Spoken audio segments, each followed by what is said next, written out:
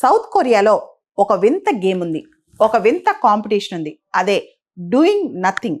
అంటే ఏమీ చేయకుండా కూర్చోవడం, ఏమీ చేయకుండా, ఏ కదలిక లేకుండా, మన హార్ట్ బీట్లో ఎటువంటి ఎమోషన్ చూపించకుండా, అంటే ఎటువంటి హార్ట్ బీట్లో చేంజ్ రాకుండా 90 నిమిషాల పాటు కూర్చుంటే మనమే పెద్ద విన్నర్ కావచ్చు అనమాట.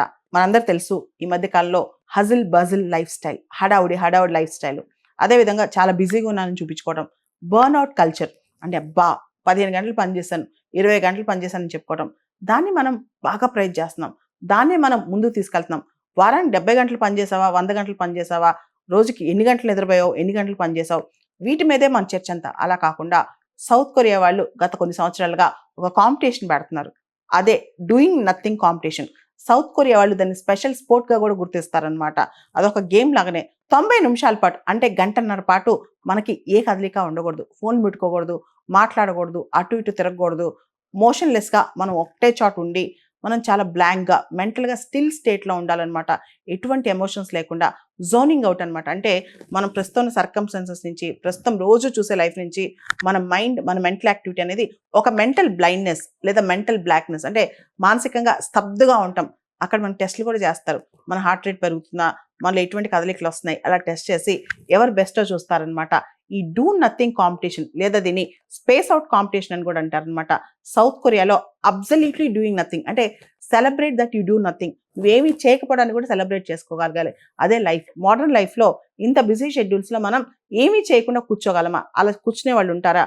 ఎటువంటి గ్యాడ్జెట్స్కి అడిక్ట్ అవ్వకుండా, ఏమి చేయకుండా స్తబ్దుగా కూర్చుని ఎవరితో మాట్లాడాలని అనిపించినా మాట్లాడకుండా సైలెంట్గా, అంటే ఎమోషనల్ స్టిల్నెస్ అనేది కూడా మనిషి మెయింటైన్ చేయగలరా? ఇవన్నీ కూడా టెస్ట్ చేస్తారనమాట. ఈ డూయింగ్ నథింగ్ కాంపిటీషన్ అనేది సౌత్ కొరియాలోని సోల్లో 2014 నుంచి ప్రతి సంవత్సరం పెడతారనమాట. జనరల్గా ఈ కాంపిటీషన్కి ఒక ఫారెస్ట్ ఏరియా, చాలా సైలెంట్గా సెరీన్గా ఉన్న ఏరియాస్లో ఈ కాంపిటీషన్ పెడతారు. అంటే ఆ ప్రాంతం కూడా, ఆ సెట్టింగ్ కూడా ఇన్ఫ్లుయెన్స్ ఉంటుంది అనమాట. కాబట్టి చాలా సైలెంట్గా ప్రశాంతంగా ఉన్న ప్లేస్లో, నేచర్కి చాలా దగ్గర ఉన్న ప్లేస్లో ఈ డూయింగ్ నథింగ్ కాంపిటీషన్ పెడతారు. అంటే మానసికంగా ఎటువంటి అల్జడి లేకుండా స్టిల్గా ఉండే మూమెంట్స్ అనమాట.